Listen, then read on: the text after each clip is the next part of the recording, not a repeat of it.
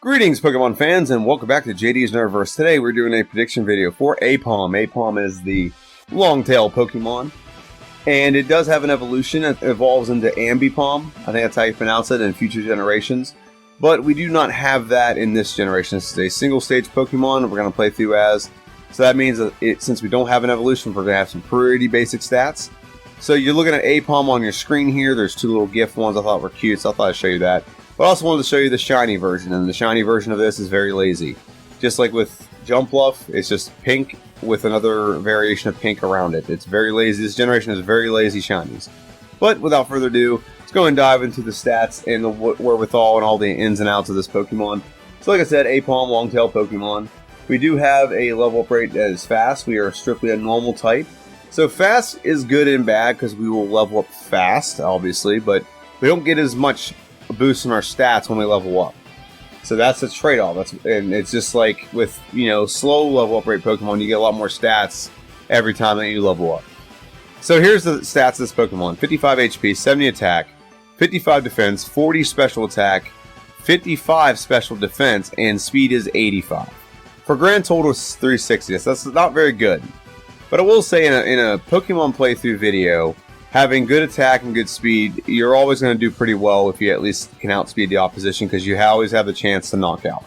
And normal type Pokemons have a huge advantage in Generation 2. You have abundance of moves available. Return is a staple for every Pokemon, and you have a stab with it, so it's like 153 base power with your stab. And there's other things that just add to that as well, and it goes off your physical attack stat. So a lot of good things come from this, having, attack being decent. It's not great, but decent, and being a normal type. And obviously outspeeding, like I said, is very good.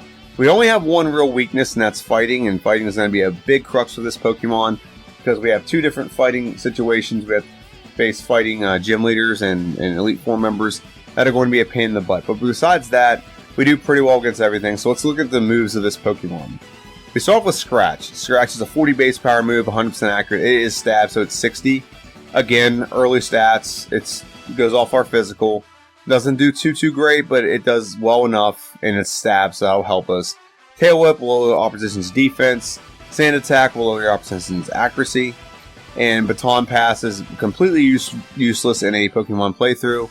Fury Swipes is 18 base power, but with stab it's 27. It hits multiple times, but it's 80% accurate, so I really don't like using this move. Swift is a 60 base power move with 90 with stab, and it does not miss except for it can't hit ghosts. So that's a good move to have. We get that pretty early, right after the first gym, right before the second gym. Good move. Screech does the same thing as Tail Whip. I don't know why there's two of them on here, and actually Tail Whip is 100% accurate, where Screech is 85% accurate, so I don't see how useful that is. And then Agility, this happens with every Pokemon has decent speed. They always give it Agility. I don't know why. I guess this Pokemon could do better, but we're going to over-level and outspeed most things anyway. So Agility is really kind of... If it was Gen 1 where there's a badge boost glitch, it would be very useful. But this is not Gen 1, it's Gen 2. Wouldn't be a bad idea to try to backport this. Maybe someday I'll try to do that. But let's go over the TM moves of this Pokemon. And this is where this Pokemon has a huge advantage over other Pokemon in this game. So to start off with, we have Dynamic Punch. It's a 100 base power, 50% accurate fighting move. Very useful in one battle. It's not accurate enough and doesn't have enough PP to be a long-standing move in this game. But in one battle, it's really useful. Okay, Headbutt is a 70 base power normal move, 100% accurate with stab. It's 105. We get this pretty early, like right after second gym. So it's a pretty powerful move we can get right away in the game, or at least less than a third of the way, I should say. Curse is outlawed in my playthroughs, not going to use it. Toxic, not going to use it. Zap Cannon won't be used. Rock Smash won't be used. Hidden Power, we're going to go with Hidden Power Flying. We're hoping that Hidden Power Flying will help us counter the fighting type weakness that we're going to be having. So that's the goal here, is to use Hidden Power Flying, which makes it a 70 base power flying move. And then with the Sharp Beak and beating Faulkner's Gym, hopefully it gets boosted up enough that it's good enough to get us through Tucky Boy's Gym and then also through Bruno. We're not going to use Sunny Day, not going to be useful. Snore, not going to be useful. Protect, Endure Frustration, not going to be useful. Iron Tail, not going to be useful. Thunder won't be useful. Return will be very useful. Return is 102 base power when you max this out. It goes off your friendship.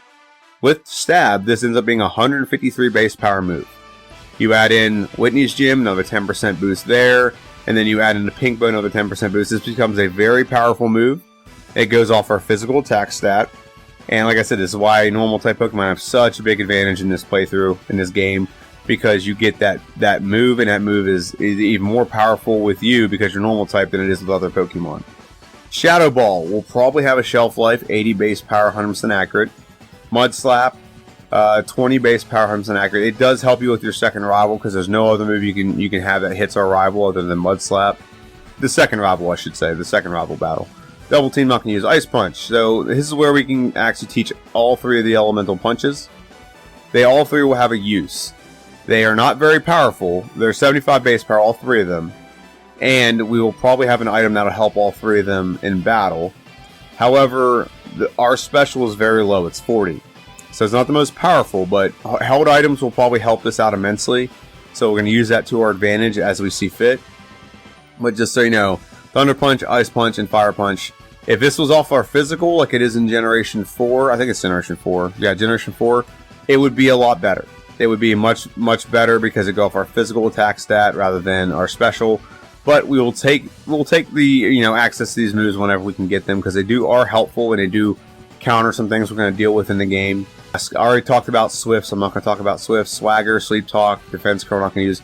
I already talked about Thunder Punch. Dream Eater, we can use it, but we don't have access to a move that puts Pokemon to sleep, so I don't know why this is accessible for us. Detect, not going to use. Rest could be used. Attract, not going to use. Thief, not going to use. I actually think Thief might be a move in my optimized playthrough. We'll talk about that here in a minute. Like I said, Fire Punch, not going to use, or we are going to use. It's kind of limited though. We do get a thing called Charcoal, which gives us a 10% boost. It makes it a little more powerful. Fury Cutter, probably not going to use. It could hit Ghost if we didn't have access to Mud Slap, but we already have Mud Slap, and it's more reliable. It's 100% accurate. It lowers the opposite accuracy. There's a lot of things it does that just makes it better. Nightmare, not going to use. Cut, Strength, not going to use. So, that is our TM move set. There's definitely a broad move pool here. There's definitely a path to victory through these moves that we're going to do. And I'm briefly going to look over the breeding moves. Like I said, actually it's not Thief, it's Pursuit. I'm sorry, it was the wrong move. There's not a lot of moves there when it comes to our breeding move set. Agility, we already have access to it. Beat Up, not going to use. Counter, it's not going to be useful. Double Slap, not going to be used. Pursuit seems like the best option because it just does give us another, does give us another move, and I'm pretty sure dark moves are physical, not special, so that'll help us out a little bit. And Slam wouldn't be bad, but it's actually just god awful, and we get a comparable move to Slam pretty early, so I don't think that's useful. And Spite, not useful. Screech, no. And there is one move via the tutor, which is Thunderbolt, which we will use that after we beat the Elite Four. I guarantee we'll add that. Going to make a couple things good later in the game, and then we get access to Mimic if we wanted to in the optimized playthrough. I don't know if we're going to do that, but that for the most part is the moves and the stats and everything. So let's go back to this slide, make a prediction. My goal was to get this done easily in under 2 hours. I think an hour and 50 minutes might be a good goal. There are some good things about it. Like I said, it's a normal type, so being normal type is big advantage in this game because you get a boost in your stats. A couple different ways you get boosted. You always have access to return, but like I said, there's other downsides that we can't take a lot of hits. We don't have great defense or special defense, and we don't really have a good special stat. And a lot of the moves we get can have type coverage, but it's not going to be the best type coverage, like I said, because we don't have a good special stat. So it's about managing those things, figuring out when to add moves, when to remove moves, things like that. It's going to be figuring those things out. And this is the first playthrough. We will optimize it, like I said, next week. But this week, we're playing through the normal one, and it's going to be a tough playthrough. Like I said, though, we'll get done. If it's done in under an hour and 50 minutes, I'll be happy. I'd like to get the Elite Four under an hour, but I don't see that happening with this Pokemon. So we'll see. But let me know what you think in the comment section down below. This is JD. This is JD's Nerdverse. Make sure you like, share, subscribe, and comment down below what you think is going to happen. Other than that, have a good one, and I'll see you guys on Friday.